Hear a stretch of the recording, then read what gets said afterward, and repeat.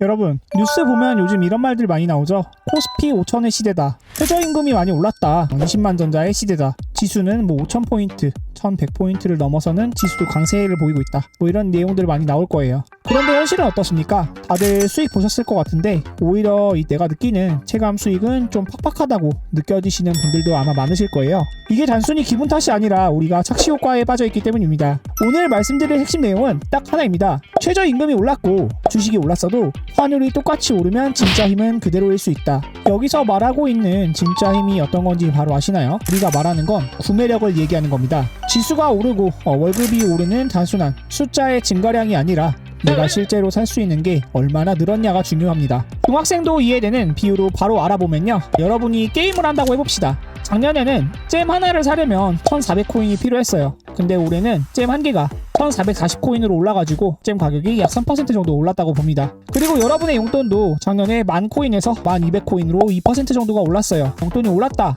이런 느낌이 들고 기분이 좋을 수 있죠. 그런데 잼 가격도 같이 오르게 되면 잼을 살 수 있는 구매력은 바로 줄어든다고 볼 수도 있다. 이 게임 비율을 현실로 바꾸면 이렇게 됩니다. 코인은 바로 원화, 내 월급이나 주식 수익 이런 것들이 될 수 있겠고요. 잼이라는 건 달러로 가격이 매겨지는 것들을 볼 수 있어요. 이를테면 원자재라던가 에너지, 수입품, 해외여행, 해외 서비스 등등이 이제 잼에 해당한다, 달러에 해당한다라고 볼 수 있습니다. 그래서 우리가 환율을 굉장히 중요하다고 말씀을 드리는 건데요. 이제 실제 숫자를 넣어서 한번 살펴보면 2025년의 최저임금은 시간급으로 1,030원이었습니다. 2026년 최저임금은 시간급으로 1,320원으로 이제 올랐습니다. 겉으로 보면 올랐다, 좋아졌다라고 느껴질 수 있죠. 근데 여기서 환율이 같은 비율로 오른 상황을 생각해 봅시다. 작년에는 1달러가 이제 1,400원 정도 됐었는데 올해는 1달러가 1,440원으로 올랐죠. 약 3% 정도 올랐는데 작년 달러 기준에서 임금은 1,030원, 1,400원으로 나눴을 때는 약 7.16달러 정도가 되는 거고 올해도 1,300원이고 1,440원으로 나눴을 때 7.16달러, 거의 같은 가격이다 라고 볼 수 있겠다. 결론은 이거입니다. 원화로는 최저임금이 올랐지만 달러 기준 우리가 살 수 있는 구매력, 그 힘 자체는 거의 그대로일 수가 있다. 이게 바로 환율에 대한 착시 현상인 거고요.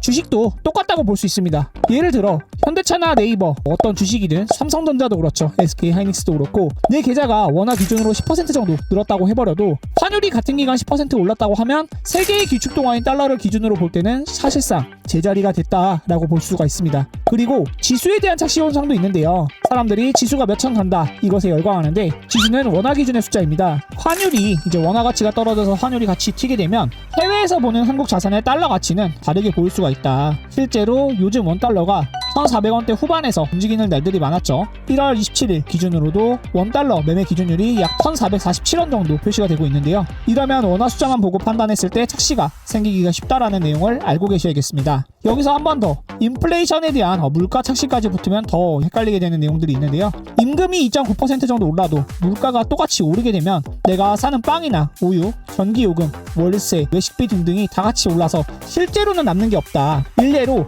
코로나 이전까지만 해도 우리가 순댓국을 먹을 때 7,000원, 8,000원에도 먹을 수 있던 순댓국 같은 것들도 지금은 만원에 파는 데들이 많죠. 생활 물가 자체가 올랐다라고 볼 수 있겠고요. 정리하면 우리는 보통 이렇게 착각을 하게 된다. 임금이 올랐다라고 생각하면 좋아졌다라고 생각하는데 그런 내용들이 아니고요. 주가가 올랐다라고 생각해도 정말 부자가 되었다 이렇게 생각하면 안 되고, 지수가 올랐다는 게 나라 경제가 좋아졌다, 이것도 동의어가 아니다라는 내용들을 알고 계셔야 된다. 진짜 체크해야 하는 건 바로 이 세 개입니다. 환율이 올라서 원화 가치가 같이 빠지면 달러 기준으로 구매력이 줄어들 수 있다. 물가가 같이 오르면 실제 구매력은 그대로거나 줄어들 수가 있다라는 내용, 그리고 상대적으로 비교해 봤을 때 내 수익이 시장이나 물가, 환율을 이겼는지, 그런 수익을 증가해서 낼 수 있었는지를 확인해 봐야 된다. 그럼 우리가 뭘 조심하고 어떻게 대처해야 될까요? 딱 4가지 정도 기억해 보시면 좋을 것 같습니다. 원화 수익률만 보지 말고 달러 기준으로도 한번 환산을 해볼 필요가 있겠고요. 두 번째로는 이제 내 월급이나 내 수익이 물가 상승률을 이겼는지 실질적인 상승인지도 체크를 해볼 필요가 있겠습니다. 또한 국내 주식만이 아니라 자산을 통화나 지역으로도 분산하는 관점을 가져볼 필요가 있겠고요. 네 번째로 뉴스의 큰 숫자, 지수, 목표가, 임금 인상률 이런 것들에 휘둘리지 말고 내 통장 기준으로도 환율이나 물가를 포함해서 계산을 해볼 필요가 있겠다. 이런 내용들이 있겠습니다. 마무리하겠습니다. 최저임금이 오르고 주식이 오르고 지수가 올라가도 환율과 물가가 같이 오르면 그건 진짜 성장이 아니라 숫자에 대한 착시 현상일 수가 있습니다. 이런 기본 원리를 모르면 상승장에서도 반대로 돈이 새고 있을 수가 있고요. 뉴스를 보고도 방향을 반대로 잡을 수가 있습니다. 그래서 우리 업다운 라이프에서는 환율, 물가, 지수까지 같이 묶어서 중학생도 이해되게 착시 없는 경제 공부를 계속 쉽게 풀어드릴 겁니다. 여러분께서 구독해주시면 같은 뉴스를 보고도 이게 진짜 호재인지 착시인지 여러분이 스스로 판단할 수 있게 힘을 만들어 드리겠습니다. 구독, 좋아요, 알림 설정까지 부탁드리겠습니다. 감사합니다.